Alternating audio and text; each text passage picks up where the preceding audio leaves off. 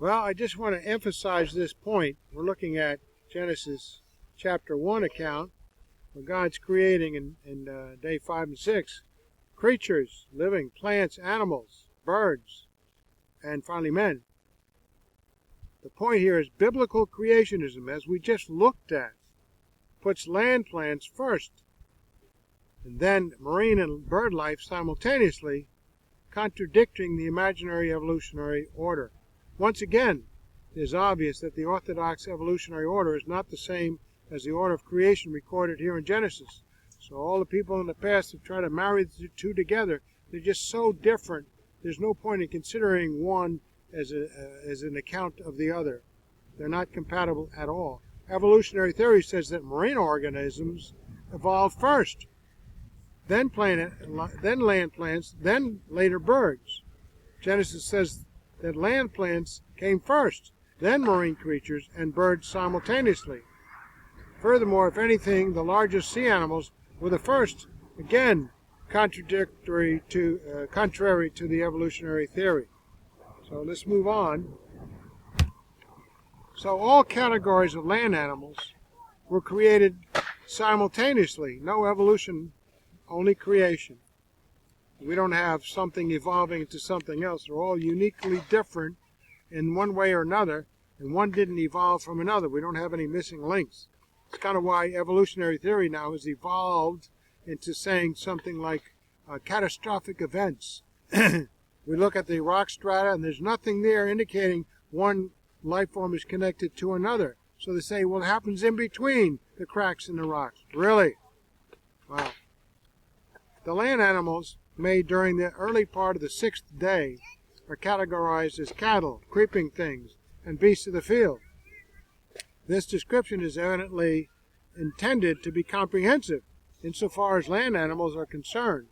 Very likely, the term cattle refers to domesticatable animals, or domesticable animals. Beasts of the earth refers to a large wild animals, a group of large wild animals, and creeping things refers to all animals that crawl or creep close to the surface of the ground. This classification has no correlation with the arbitrary system of man-made taxonomy. Everybody says, well, yeah, God didn't understand what man now understands, and man has his own system of categorizing animals. God wasn't very well educated in biology. Really? The arbitrary system of man-made taxonomy, amphibians, reptiles, mammals, insects, but is a more natural system based on the relation of the animals to man's interests. Thus, the term beasts of the earth includes the large mammals, such as lions, elephants, probably also the large extinct reptiles known as dinosaurs. Well, the large ones, yes, not the smaller ones. They're still around. Creeping things includes the insects and smaller reptiles, and probably also most amphibians and many small mammals, moles and rats and so on. Look at Leviticus 11:29-31. So all three categories of land animals were made simultaneously, as is evident from the inverted order of listing in verses 24 and 25. And once again, it is obvious that there is not the slightest correlation with the imaginary evolutionary order, that is, insects, then amphibians, then reptiles, then all mammals. As a matter of fact, evolution places insects, amphibians, and land reptiles all before the birds that Genesis says were made the day before. There was no evolutionary struggle for existence either among these animals, for God saw that it was good, and neither could one evolve into a different kind because God made each category after his kind. So I don't know, all of a sudden you have a particular kind of creature and gives birth to another creature. I don't know, how did the animals how did a tree give birth to some kind of an animal? It didn't happen. But somehow it evolved, and there's intermediate species that don't exist because they're between the cracks in the rocks. Wow, that's where cockroaches go. All these land animals were said to have been brought forth from the earth or ground. That is, their bodies are composed of the same elements as the earth. And when they died, they would go back to the earth. They also had souls because they were said to be living creatures. Nephesh, there's the nephesh again, one of the three definitions. In this respect, they were like air and water animals, and also like men, Genesis 1:21 and 2:7. The world was now fully prepared for the creation of man. The world was now fully prepared for its human inhabitants, who would be given dominion over all of it. God did not need 5 billion years to prepare for man, as theistic evolutionists seem to think. In fact, he did not even need the 6 days that he took. The reasons for taking 6 days apparently were, first, to stress the orderly and logical relationships between the different components of the creation, and, second, to provide a divine pattern for man's 6-day work week. A regular day of rest and special fellowship with God would be essential for man's good, and God's example would be the best pattern and incentive for man to keep such a day. Actually, the formation of the land animals must have taken only a small portion of the 6th day. The 2nd chapter of Genesis describes in fuller detail the rest of the events of the 6th day, events which are only briefly outlined here in the 1st chapter, or narrowing down the end of the 1st chapter, which actually ends in verse 4a of the 2nd chapter. So Genesis 1:26 and 27, then God said, let us make man in our image, according to our likeness. Let them have dominion over the fish of the sea, over the birds of the air, and over the cattle, and over all the earth, and over every creeping thing that creeps on the earth. So God created, bara, again, out of nothing, man in his own image. In the image of God, he created him, male and female. He created them. A little bit of repetition to get your point across. Let us make man in our image. Notice the plural. Let us, and then the singular verb. Well, let's see what that has to say. God is made up of more than one personality, hence the plural forms in let us make man in our image. But then God said, let us make man in our image according to our likeness, plural, but then said is singular verb. And us is plural. Interesting. Make, singular verb. Our is plural. In our image according to our likeness. Our image, the construction here of plural subject, followed by a singular verb, indicates one God with more than one personality, and our image, the Trinity. In other words, as we keep reading, we only find 3 personalities. In order to avoid attributing God with more than one personality, objectors to the Trinity state that the phrase in our image in Genesis 1:26 refers to God and the angels who are deciding together to create man in their image. Another fallacious thing, and then you want to go to Genesis 2 and you have no problem. You have a problem there because you imagine something, and you can't imagine things, you read from. Observe, don't editorialize. This would then infer that angels have the image of God on an equal basis with the Almighty, equal eternal God, and thus contributed in creation. Let us make with Him as creators. Problem with that is if you don't want to talk about a God having more than one personality, you make the angelic beings, and they're equal with God, then you have more than one part of the personality of God, more than 3. So there's, when you try to editorialize, you're going to shoot yourself in the foot. This is a perfect book so far that I've found, no contradiction. So, however, the image that the passage is referring to is a unique one to God and God alone, as implied by the word our. If us is to include angels, then a plural verb form of make instead of singular would have been inspired by God to be used. God's image is an eternal image, which angels and man are made into only in a finite way. If equality were meant instead of similarity, then the verse should have been worded, let us make man equal with us, and not let us make man in our image, according to our likeness. A lot of misunderstanding there.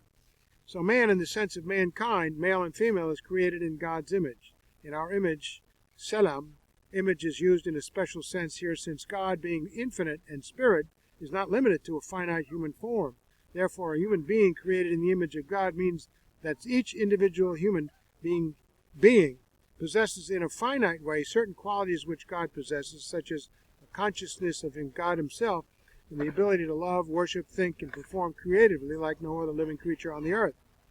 I'm trying to find creatures all along, maybe extraterrestrials or something. So far, no luck. So let's go with the Bible until something better comes along. I'm pretty sure nothing will.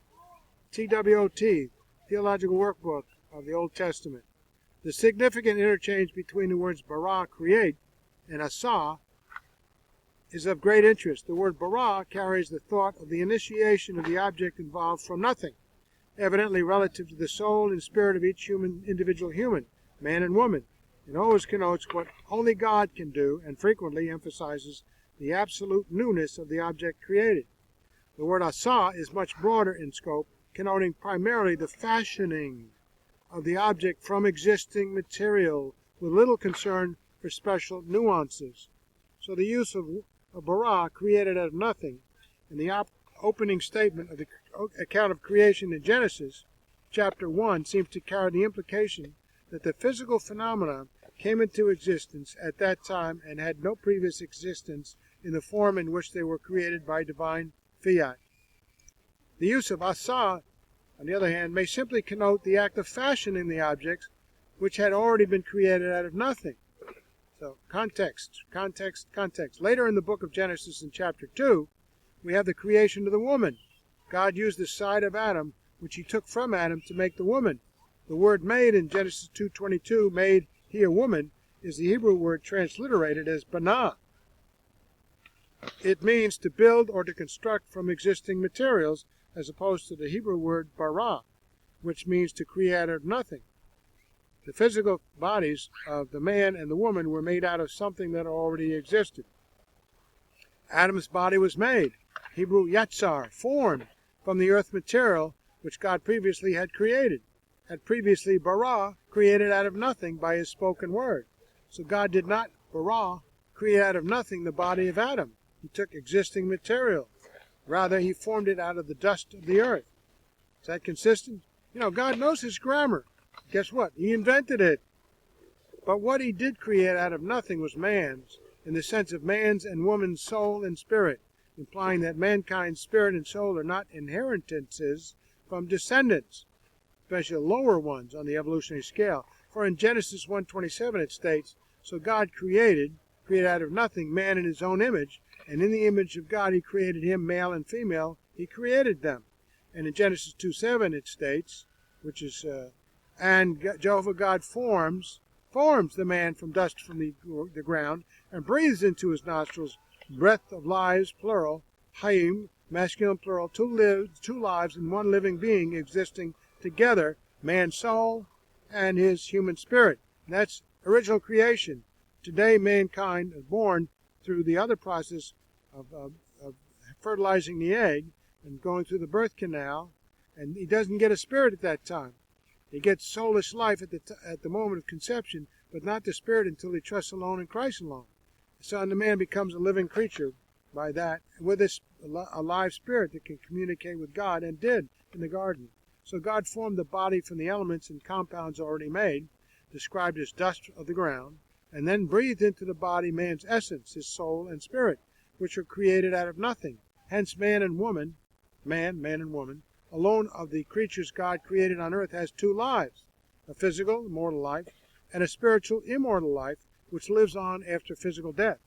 This was an act of creation of never before existing entities, the unique soul and spirit of man in the image of God. So, in TWOT, man was made in God's image, salam, and likeness, which is then explained as his having dominion over God's creation as vice-regent.